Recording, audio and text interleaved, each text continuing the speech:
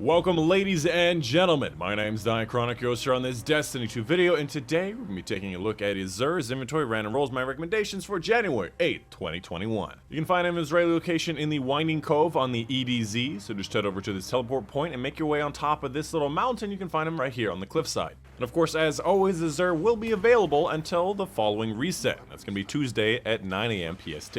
As a high overview, this is everything that he has available. In my personal opinion, nothing here is really top 10 whatsoever, not really that great across the board. I would say the closest one is going to be the Getaway Artist with a decent roll, but we'll get more in detail about that later. Starting up with the weapon today, we have the Telesto. Now this weapon used to be the besto for so many different reasons. It was absolutely bonkers in PvP because it did way more damage than it should. It also used to have crazy glitches in PvE where you could get your super immediately, and that actually transpired over many DLCs in many different ways as they patched it. This is the big problem child. From my understanding, this exotic is actually at a place where it should be. That is to say, from Bungie's perspective, and not really as a usable item. It's really bad. If you've never heard of it before, the fusion projectiles, i.e. the shots that it shoots, attach and detonate with a delayed void blast. Now what it doesn't say is it's actually proximity detonated, so if an enemy walks by your explosion, it then explodes. And it used to be in Crucible, you only needed 4 out of 7 of your shots to kill an enemy that, again, is AoE, allowing you to completely miss and still kill many enemies in front of you. The other perk also allows your multi-kills of this weapon to automatically reload your kinetic and energy weapons from reserves, which is not bad, but also not really that great. And finally, it does have a catalyst. That is something I believe you get from the strike playlist, which I think only makes it so the magazine goes up to 7 or something like that.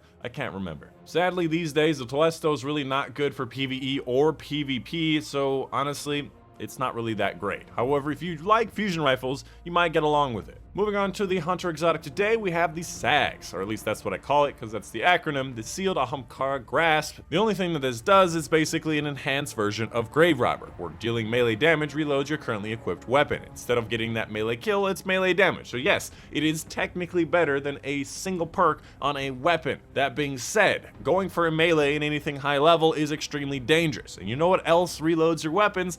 Dying and being revived. And that's exactly what's going to happen without this exotic if you go to melee a target. You could probably find something useful with this if you have a high DPS weapon like a rapid fire shotgun. Reloading with melee damage can make it a much higher DPS potential, but even then we have a lot better options in the form of swords, so I don't really get the point of this kind of exotic. I will say though, however, the total stats at 66 is enticing. It does also have a high resilience, so it has to be more of a PvP exotic.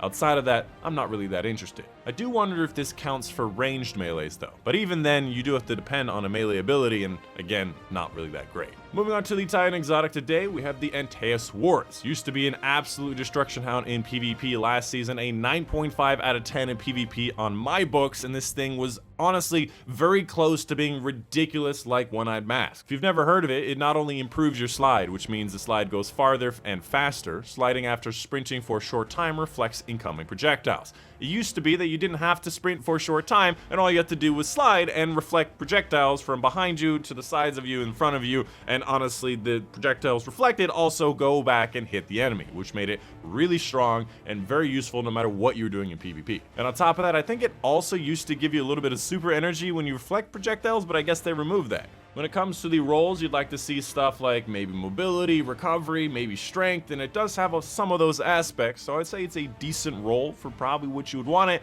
but it's really not a great exotic, and I can't really think of an instance that I really want to use it outside of the same use in PvP. Moving on to the Warlock exotic today, we have the Getaway Artist. Now this is actually one of the more unique exotics Bungie's ever made. Basically, whenever you use your grenade, you convert it to an arc soul, which is an auto turret on your shoulder, and it's actually a sentient supercharged arc soul. And that arc soul shoots faster, more shots, more accurately, and it's much better than the regular arc soul you get from Attunement of Ions. Now here's the thing about this. This counts as grenades. So if that auto turret on your shoulder gets a kill, it counts as grenade kills. If you need grenade kills for certain perks, certain weapons, or anything at all, this is something that would work really, really well. On top of that, if you combine it with Attunement of Ions, you can actually refresh the Sentient Arc Soul whenever you step into the rift to get the regular Arc Soul. So you can keep refreshing that 20-second Sentient Arc Soul on your shoulder with that particular subclass, which makes it a lot of fun and it allows you to almost infinitely chain your super grenades.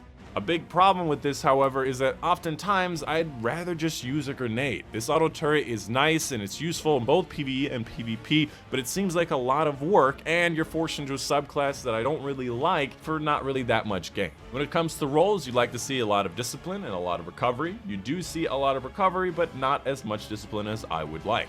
Outside of that, the rolls are decent. The total stat is also decent, so I would say it's an okay roll for maybe an average to above average exotic. And finally, make sure you're picking up your exotic Cipher quest, which should be right here. I already have it picked up, so it's not going to show up. This allows you to get a bunch of extra exotic ciphers, either for your exotic engrams, or if you want to get the things from the exotic archives, this is the best opportunity to do that. And again, as a big tip, the exotic engrams, no matter where you're getting your exotic engrams, always guaranteed to give you an exotic that you've never received before, and it's guaranteed to be a higher stat roll. So you can see this is a 65 high spike distribution, but completely worthless because, you know, it's well, first of all, it's a stronghold, but also because its distribution is bonkers. Look at this. It's no recover at all. It's ridiculous. Anyways, that is going to be the end of the video. Let me know in the comments down below if you have any questions, concerns. Also, make sure you come check out my live streams that I have right after these Xur videos, as well as all the times you can see on screen right now. On top of that, if you happen to notice the gloves that I'm wearing on right now, I actually made a video yesterday